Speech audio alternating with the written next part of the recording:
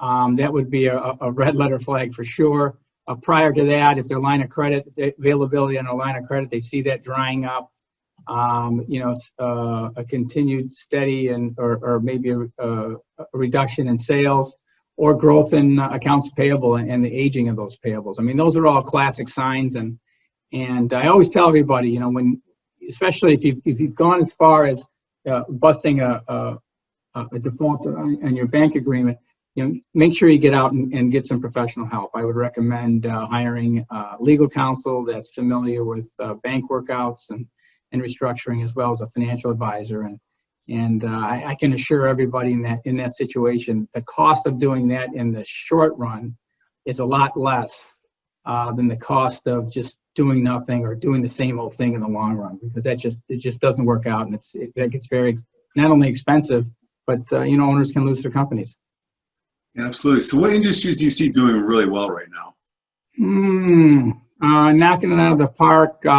Anybody some healthcare that's related to COVID. So, for example, companies that make masks, or if they were making really anything related to that. We don't tend to get involved with companies that are knocking it out of the park, but we are seeing some of the healthcare rebound. Yeah, in terms of what I'm seeing, in terms of how, just in general, in the angel investment side of things, people are throwing a lot of money in at-home testing. They're seeing a lot of stuff with AI still, a lot of delivery type services, anything that's leveraging this remote workforce or this remote workplace. You're seeing a lot of activity there.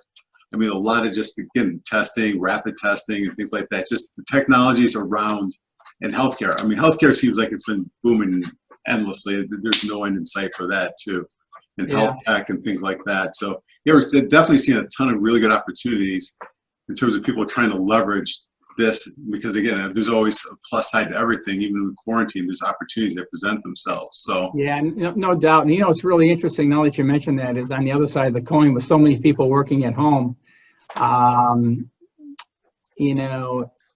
been kind of watching for the other shoe to fall on commercial real estate. It wouldn't happen really fast, but as companies get used to having their workers off-site, working at home, et cetera, you would think at some point in time the commercial real estate market would, you'd see occupancies go down, and you start seeing some stress there. Yeah, just like the shopping malls. Was it J.C. Penney's that organized, or the group, or the J.C. Penney's that the malls organized to keep them out of bankruptcy so they wouldn't shut down in their malls? Yeah, I just saw that. Yeah, so that's really interesting. And that's another point. Yeah, the malls have had a lot of stress because of it. And so, it's interesting for J.C. Penney to kind of get out of the box and become, like the mall owner, so to speak, and take that side of it. So, but as you say, with every problem, it sort of creates a different opportunity.